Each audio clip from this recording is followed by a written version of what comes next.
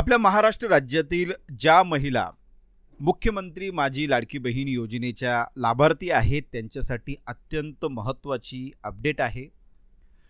Update अशी आहे की मुख्यमंत्री माझी लाडकी बहीण योजनेतील ई-केवायसी प्रक्रिया सुरू असताना अलीकडे काही जिल्ह्यांमध्ये उद्भवलेली नैसर्गिक आपत्ती आणि त्याचप्रमाणे महिलांनी उपस्थित केलेल्या समस्या लक्षात घेता आता ई-केवायसी करण्यासाठी जी 18 नोव्हेंबर 2025 पर्यंतची जी मुदत देण्यात आलेली होती त्यामध्ये आता वाढ करण्यात आली असून आता ई-केवायसी 31 डिसेंबर 2025 पर्यंत करता येणार आहे। त्याचप्रमाणे दुसरी महत्त्वाची अपडेट अशी आहे की नैसर्गिक आपत्तीमध्ये अनेक कुटुंबांचे मोठ्या प्रमाणात नुकसान झाले आहे। पती आणि वडिलांचे निधन झाल्यामुळे काही महिलांना संबंधित आधार क्रमांकावर OTP प्राप्त होणे अशक्य झाले आहे।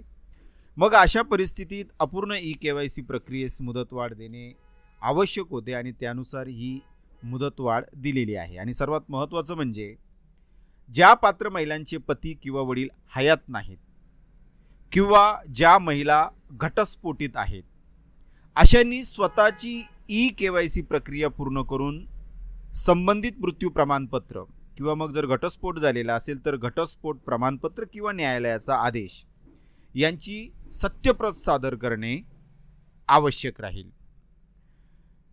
पात्र महिलांना न्याय मिळावा आणि कोणत्याही पात्र महिला तांत्रिक किंवा इतर काही अपरिहार्य कारणांमुळे योजनेपासून वंचित राहू नये याकरिता ई-केवायसी प्रक्रियेस 31 डिसेंबर 2025 पर्यंतची मुदतवाढ ही महाराष्ट्र राज्य शासनाने दिलेली आहे।